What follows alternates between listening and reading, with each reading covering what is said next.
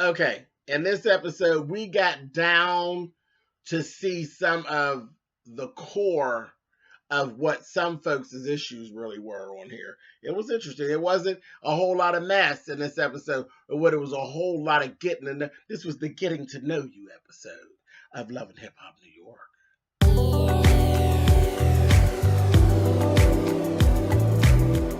And I'm like, come on through, Cookie. Going up on my soapbox. That's basically it. Let's talk about drag and all its forms.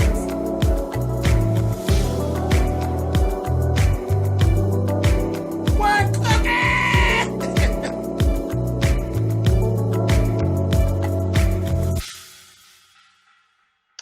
Hey guys, thanks so much for clicking on the video. This is, like I said, this is the Getting to Know You episode of Love and Hip Hop New York. It's season 9, episode 6. Let's go.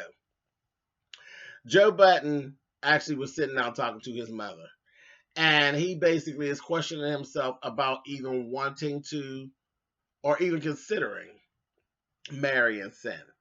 And his mother basically was telling him, long story short, you being kind of hard on her, you being kind of hard on the relationship, where you think it's going to be all roses and cake and ice cream all the time. It's not.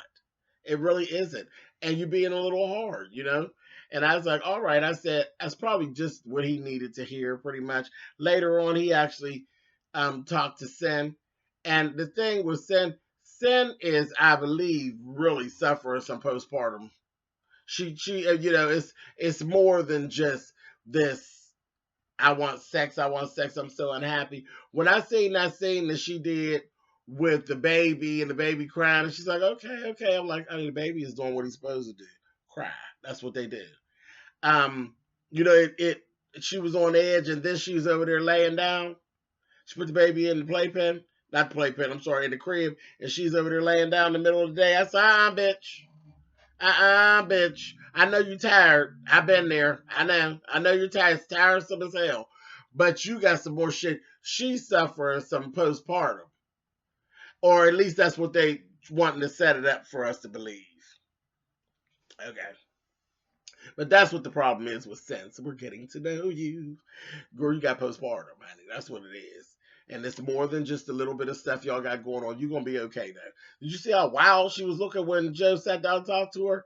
And he's telling her, you know, like, well, you know, if you're going to be unhappy, then I don't, you know, have a problem with us breaking up. No, she just got issues. She looking just as wild. I said, okay, girl, whatever. A mess.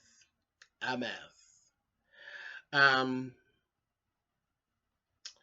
we also got to see this whole little fix of Nia Lee and Rich Dollars.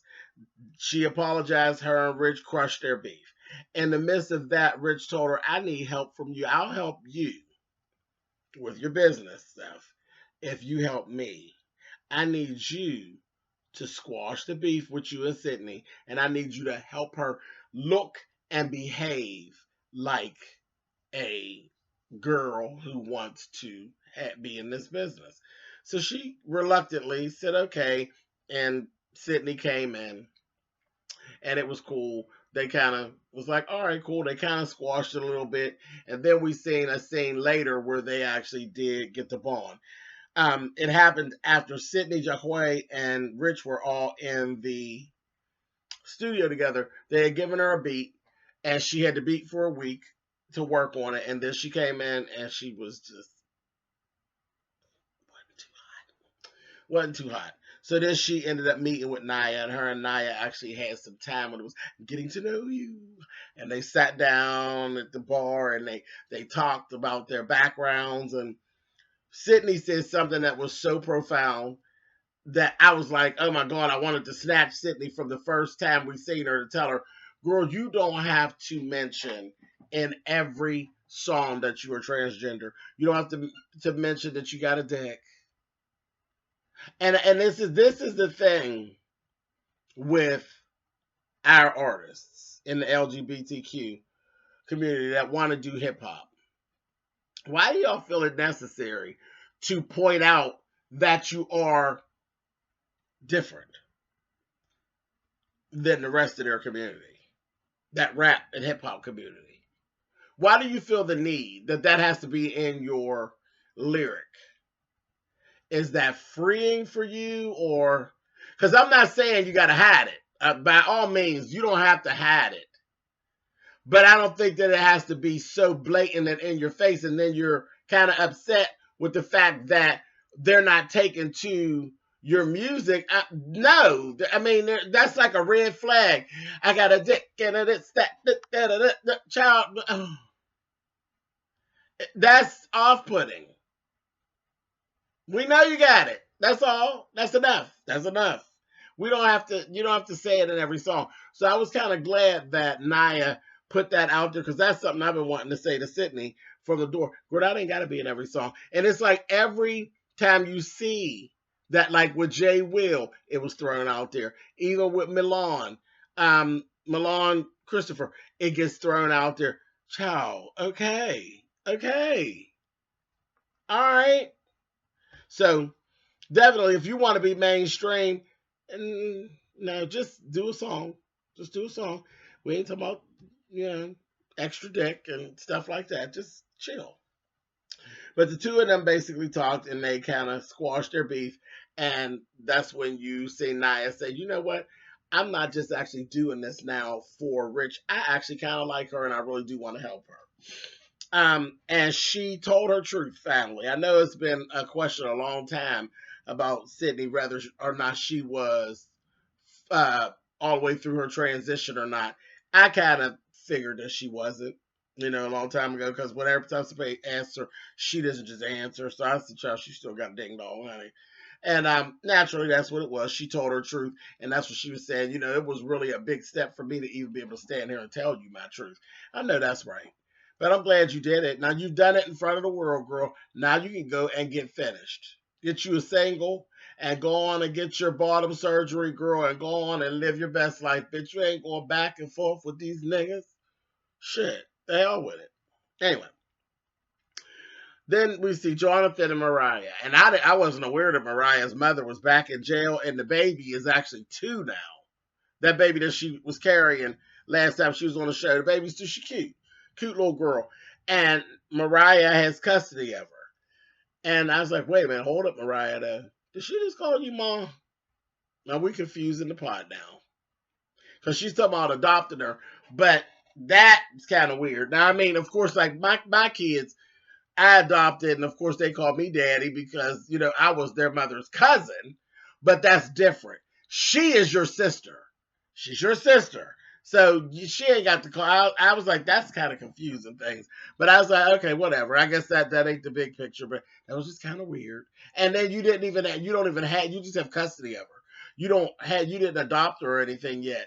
But I don't know. It's like your mother's not dead or anything. It was just kind of weird to me. I don't know. Did y'all catch that? What y'all think about that? Am I putting 20 on 10? I don't know. Whatever. Y'all leave it in the comment. But Mariah has her, and she seemed to be doing a pretty good job with her. Little girl was real well mannered, and her and Jonathan was talking. It like to broke my heart when Mariah got to cry, and the little girl came up and said, "Are you okay?" I said, "Oh, look at her, honey. Come on, sweetie, with her little self. Just cute." I was like, "Wow."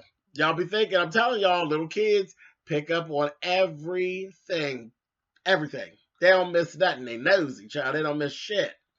Anyway, then they talked about Anais. Baby, did you see that picture? Some she undoubtedly went on IG and did some rant, honey, and she done lost all this weight. She just is thin and giving you crackhead tease. I said, what the hell's going on with Anais? She had lost her mind. She looked terrible.